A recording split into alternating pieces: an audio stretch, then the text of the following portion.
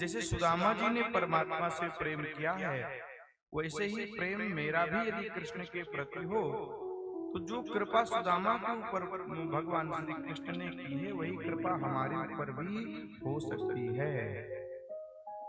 सुदामा जी सोए कहीं और थे, लेकिन जब उनकी आंख खुली तो वो कहीं और थे।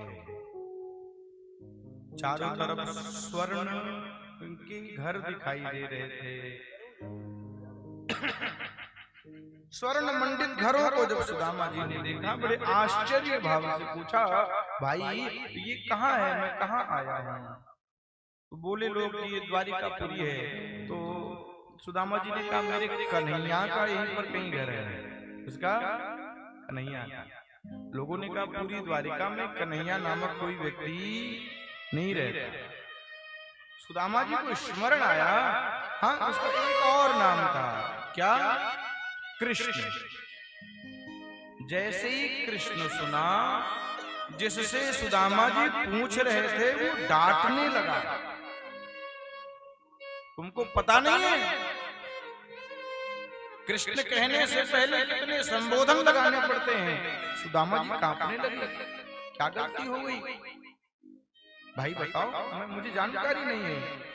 तो कहा, अनंत श्री समलंकृत छत्रपति राजमूर्ति धर्म चक्रवर्ती सर्वेश्वरेश्वर सर्वतंत्र स्वतंत्र गो विप्र प्रतिपालक विश्ववंद्य जगदाचार्य श्री श्री महाराजाधिराज द्वारिकाधीश्वर श्री कृष्ण चंद्र जी सरकार। सुदामा जी ने अपने मित्र के आगे इतने विशेषण को सुना, सीना और चौड़ा हो गया। हाँ भाई, अभी अभी आपने जो इतने विशेषण लगाए, यही आपके जो राजा हैं, यही हमारे बचपन के लंगोटिया यार हैं, बचपन के मित्र हैं। उपहास करने लगे द्वारिका वासी। एक भला आदमी था, तो उसने कहा, क्या भाई बातचीत कर रहे हो? तो बताया, ये गरीब अपने आप को द्वारिकाधीश का मित्र बता रहा है। तो व्यक्ति सज्जन था, तो उसने डाटा, तुमने कैसे आकलन कर लिया कि ये गरीब है? हो सकता है श्री कृष्ण का ये मित्र ही हो। वो शांत हुआ, तो कहा क्या करें? तो कहा, वहां जाओ, वो जो दो द्वारपाल खड़े हैं वहीं पर जाओ और अपनी बात को बताओ, वो चाहेंगे तो द्वारिकाधीश आपसे मिल लेंगे। द्वारपाल से निवेदन किया, द्वारपाल भगवान के पास गया। ध्यान देना, द्वारपाल से भगवान ने पूछा, क्यों आए हो, क्या कारण है? द्वारपाल ने बताया,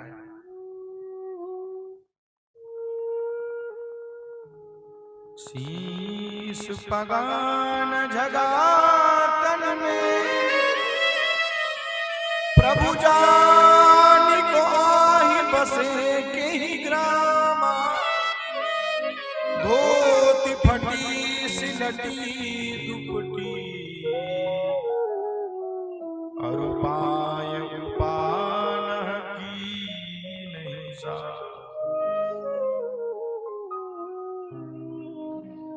द्वार खड़ो द्विज दुर्बल रहो चकिसो वसुधा अभिरामा, पूछत दीन दयाल को नाम, बतावत आपन नाम सुरा। द्वारपाल ने पूरे उनके देहस्थिति का उपदेश करते हुए, कोई एक ऐसा पागल है जो अपने आप को ब्राह्मण बता रहा है, देखने में नहीं लग रहा है। भगवान बड़े बड़े ब्रह्मादि देवता आपके पास मैंने देखा है, दरवाजे आपके आए हुए, लेकिन वो ऐसा व्यक्ति है जो देखने से बहुत निर्धन दिखाई दे रहा है। आपके विषय में पूछ रहा है और अपना नाम सुदामा बता रहा है। हे शाहपुर के वासियों, क्या मेरे परमात्मा को नहीं पता था कि सुदामा आ रहा है?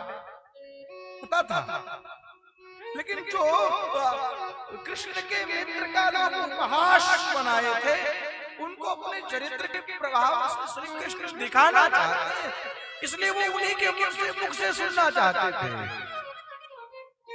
जैसे सुदामा नाम सुना, श्री कृष्ण दौड़े, श्री कृष्ण का पीतांबर गिर गया। आज कृष्ण ने पादुका नहीं पहने, श्री कृष्ण ने आज पादुका नहीं पहने, पीतांबर गिर गया। किसी ने कहा क्यों गिरा? तो कहा देखो, भगवान श्री कृष्ण कहते हैं जो व्यक्ति मुझे जिस भाव से भजता है मैं भी उसको उसी प्रकार से भजता हूं। हे शाहपुर के वासियों, अब कृष्ण के प्रेम का दर्शन करना। कृष्ण ने पीतांबर को गिरा दिया, पादुका का त्याग कर दिया। क्यों? कृष्ण बताना चाहते हैं मेरा मित्र मेरे घर आया है, मेरे मित्र के पास ठीक से ओढ़ने के लिए कोई वस्त्र नहीं है, मेरा अत्यंत करीबी, मेरा सखा आज मेरे दरवाजे आया है। कैसे? कहा नंगे पैर आया है। द्वारिकाधीश ने कहा मित्र, तुम नंगे पैर आए हो, अब मेरी बारी है, मैं भी पादुका पहन करके तुमसे नहीं मिलूंगा। स्मरण रामचरित्र का आ गया। जिस समय भरत जी आए, लक्ष्मण जी ने सोचा कि भरत लड़ने के लिए आए हैं। लक्ष्मण जी ने अपने खड्ग को उठाया, राम जी ने समझाया, लक्ष्मण मेरे भाई, जिसको तुम शत्रु समझ रहे हो वो भरत, तुम्हें पता नहीं है वो कौन आया है। हे लक्ष्मण, किसी भी कार्य को करने से पहले विचार अवश्य करना चाहिए, उसके बाद कदम उठाने चाहिए। क्या तुम जानते हो कि जो भरत आ रहा है वो मारने के लिए ही आ रहा है? लक्ष्मण को समझा ही रहे थे, इतने में अपने आप को पापी मानकर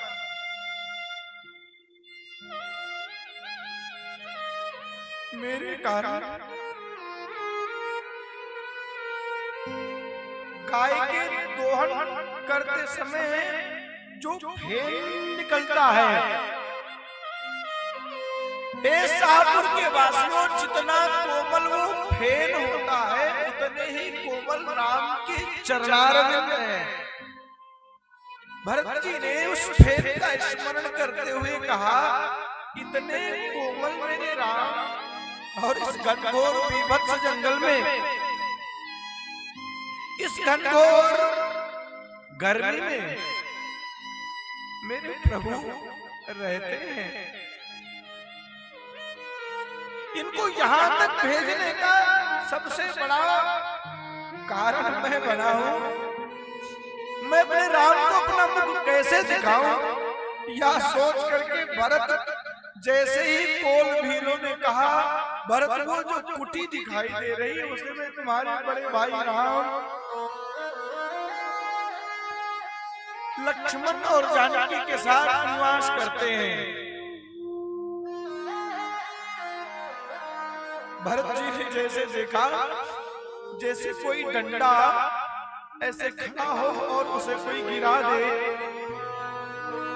जैसे डंडा गिरता है वैसे ही श्री भरत जी अपने राम के दर्शन की उत्तुंग व्याकुलता के कारण दूर से ही दंड की भांति गिर गए।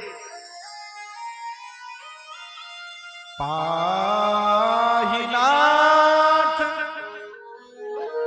कहीं पाहि गोसाई,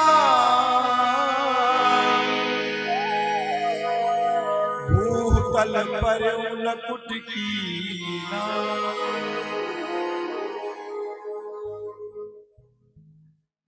भरत को जब गिरा हुआ राम ने देखा तो राम ने लक्ष्मण से कहा, लक्ष्मण जिस मेरे भाई को तुम शत्रु मान रहे थे, देखो वो मेरा लाडला भरत गिरा पड़ा है। लक्ष्मण तुम कहो तो मैं उठाने जाऊं।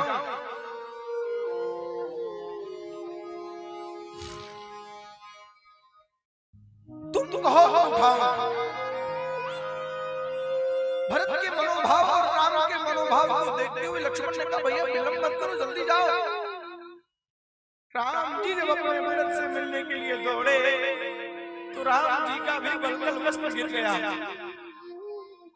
लोगों ने कहा क्यों गिर गया?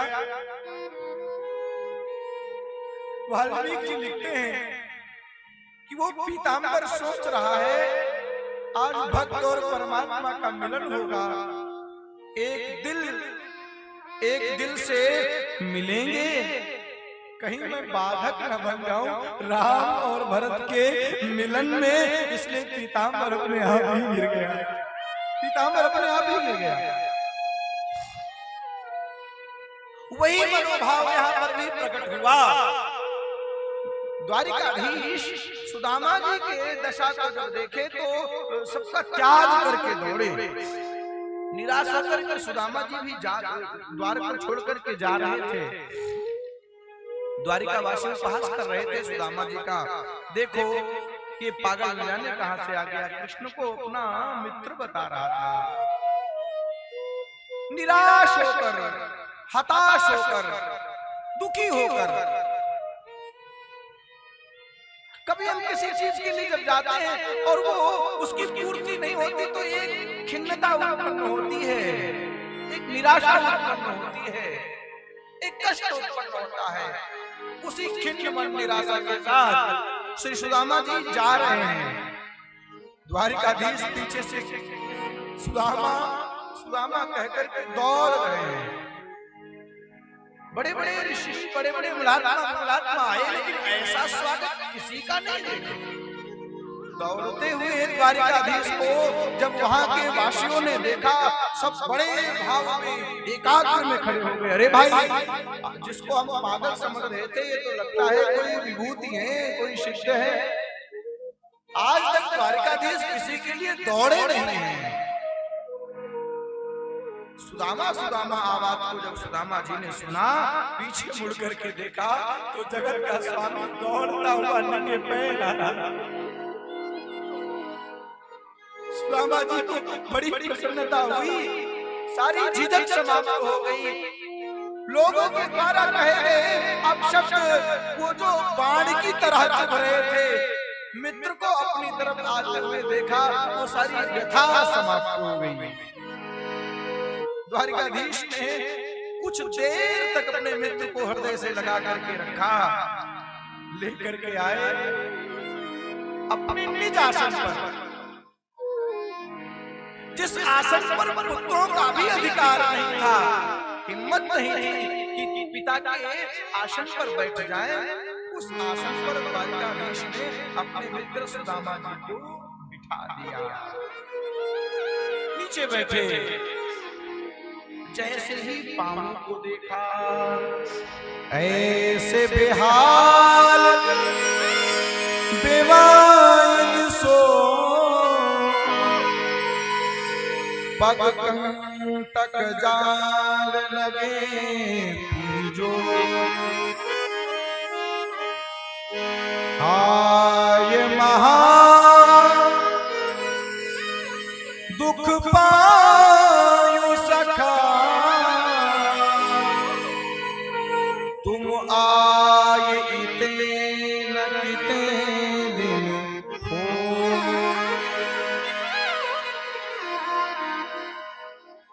देख सुदामा की दीन दशा, करुणा करके करुणा निधि रोए।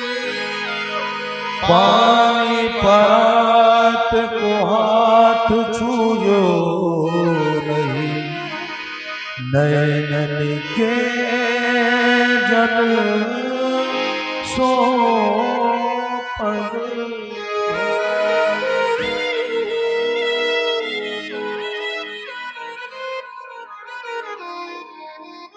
सुदामा की इस स्थिति को कृष्ण ने देखा तो जल को स्पर्श नहीं किया। इतना रोए हैं कि वो उन अश्रुओं से ही सुदामा जी के चरण धुल गए। हे शाहपुर के निवासियों, मैं पूछना चाहता हूं, द्वारिकाधीश के सिंहासन पर बैठने वाला, द्वारिकाधीश के अश्रुओं से चरणों को धुलाने वाला, भला वो भिखारी कैसे हो सकता है? वो भिखारी कैसे हो सकता है? ये तो कई जन्मों के कुछ पुण्य उदित हुए होंगे जो कृष्ण जैसा मित्र प्राप्त हुआ।